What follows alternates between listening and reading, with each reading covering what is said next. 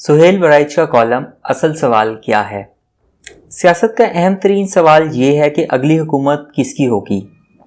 علم غیب تو صحافی یا عام آدمی کے پاس ہوتا نہیں، چنانچہ 2+2 یعنی 4 اور بعض اوقات 2+2 4 کی بجائے 5 کے اندازے لگا کر تجزیے کرتا ہے، مگر اصل سوال کے جواب تک پہنچنا مشکل ہے۔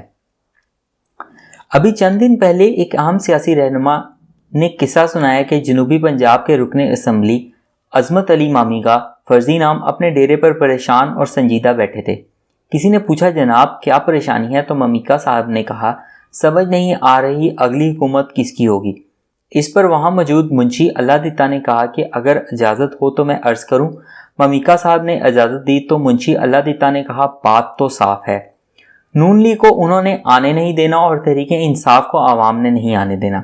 ممیکا نے منشی اللہ دتا کی طرف استفہامیہ انداز میں دیکھا اور کہا کیا مطلب؟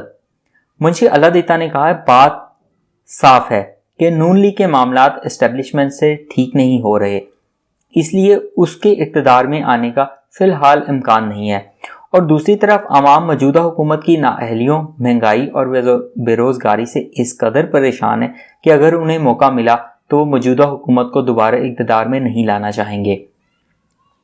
اصل سوال کا دوسرا حصہ یہ ہے کہ اگر یہ دونوں نہیں تو پھر اگلی حکومت کس کی ہوگی؟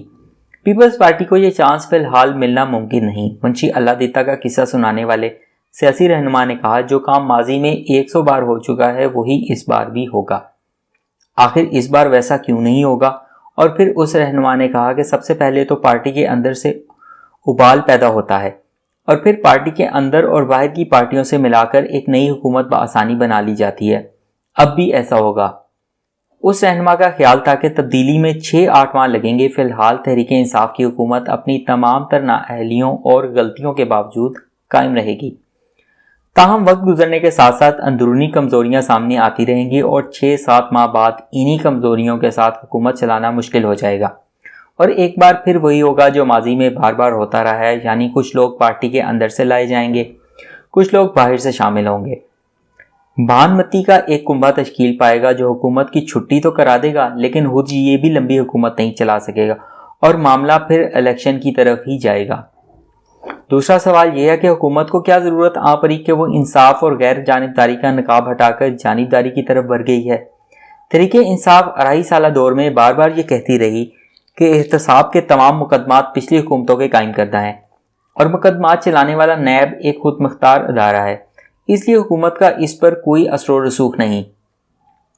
حکومت کے ان دعووں میں مکمل سچ نہ صحیح لیکن کچھ نہ کچھ حقیقت ضرور تھی۔ تاہم حکومت نے براڈ شیٹ پر تحقیقاتی کمیٹی کا جو فیصلہ کیا ہے وہ واضح طور پر جانبدارانہ فیصلہ ہے۔ یک رکنی کمیٹی کی سربراہی سپریم کورٹ کے سابق جج شیخ عظمت سعید کو سونپی گئی، جن کی جے آئی ٹی کی تشکیل اور نواز شریف کی نااہلی کے فیصلے میں کردار پر نون لیگ کو شدید تحفظات ہیں۔ اسی لیے نون لیگ نے یہ اعلان کیا ہے کہ اگر جسٹس شیخ عظمت سعید تحقیقاتی کمیٹی کی سربراہی سے الگ نہ ہوئے تو ان کے خلاف موجود مواد سامنے لایا جائے گا۔ نون لیگ پہلے ہی سے سپریم کورٹ کے فیصلے میں جسٹس عظمت سعید کی کردار پر انگلی اٹھا رہی ہے۔ وہ چیف جسٹس آف پاکستان کو وزیر اعظم نواز شریف کی طرف سے لکھے گئے ایک خط کا حوالہ بھی دیتی ہے، جس میں وزیر اعظم نواز شریف نے چیف جسٹس آف پاکستان سے جسٹس شیخ عظمت سعید کے ایک خاتون کی پروموشن کے فیصلے پر ریمارکس پر سخت نوٹس لینے کو کہا تھا۔ شیخ عظمت سعید نے اپنے ریمارکس میں کہا تھا کہ جیلوں کی کوٹریاں خالی ہیں جن میں حکمران بند ہونے چاہیے۔ نواز شریف اس وقت وزیر اعظم تھے، انہوں نے ان ریمارکس پر باقاعدہ احتجاجی خط چیف جسٹس آف پاکستان کو لکھا، مگر چیف جسٹس آف پاکستان نے اس خط پر نہ کوئی نوٹس لیا اور نہ ہی وزیر اعظم کو اس خط کا جواب دیا۔ بعد ازاں یہی جج پاناما کیس میں نواز شریف کے منصف بنے، اور باقی تو تاریخ ہے کہ کس طرح پاناما کیس میں نواز شریف نااہل ٹھہرے۔ ان کی حکومت اور وزارت عظمیٰ سے چھٹی ہو گئی اور جج صاحب کے ریمارکس کے عین مطابق انہیں جیلوں کی کوٹریاں بھی دیکھنا پڑیں۔ یہ افواہ بھی مشہور ہے کہ پاناما مقدمے کے دوران کئی اتار چڑھاؤ آئے۔ ایک طرف نواز شریف کو یقین تھا کہ ان کے خلاف کچھ ایسا مواد نہیں ہے کہ انہیں لائق تعزیز ٹھہرایا جائے۔ نواز شریف کے وکیل اور ان کے ایک قریبی ترین رفیق کو بھی یہی یقین تھا، مگر دوسری طرف نواز شریف کو یہ پیغام پہنچایا گیا کہ اگر وہ وزارت عظمیٰ سے استعفیٰ دے کر عام شہری کی حیثیت سے عدالت کے سامنے پیش ہوں تو ان کا مقدمہ مضبوط ہو سکتا ہے۔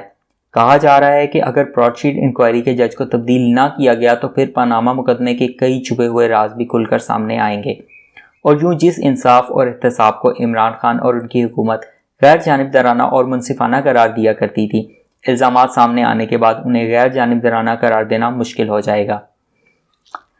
اصل سوال کی طرف لوٹتے ہیں۔ یہ سوال ہی کیوں پیدا ہو رہا ہے کہ اگلی حکومت کس کی ہوگی؟ کیونکہ یہ حکومت چلتی نظر نہیں آ رہی، قومی اسمبلی کی کارروائی نظر نہیں آ رہی، حکومت اور اپوزیشن کارروائی چلانے کے لیے مل بیٹھنے کو تیار نہیں، حکومت گرفتار ارکان اسمبلی کو اسمبلی کے اجلاس میں بلانے پر آمادہ نہیں، اپوزیشن حکومتی مرضی کے مطابق قانون سازی پر آمادہ نہیں، گورننس پر بہت سے سوالیہ نشان ہیں، کوئی بڑا منصوبہ نہ زیر غور ہے نہ زیر تعمیر، معاشی حالات بتدریج بہتر ہوئے ہیں لیکن کسی بڑی معاشی انقلاب کی توقع نہیں، حکومت بے روزگاری ختم کرنے اور اربوں ڈالر واپس لانے کے جو وعدے کیے تھے ان کے پورا ہونے کی امید نہیں، 50 لاکھ مکانوں کی تعمیر کا وعدہ کیا تھا، حکومت شاید چند ہزار مکان تو بنائے، اس سے زیادہ کہیں امکان نہیں، اگلے 2.5 سال حکومت عوام کو کن وعدوں میں الجھائے گی اور کون سے وعدے وفا کرے گی؟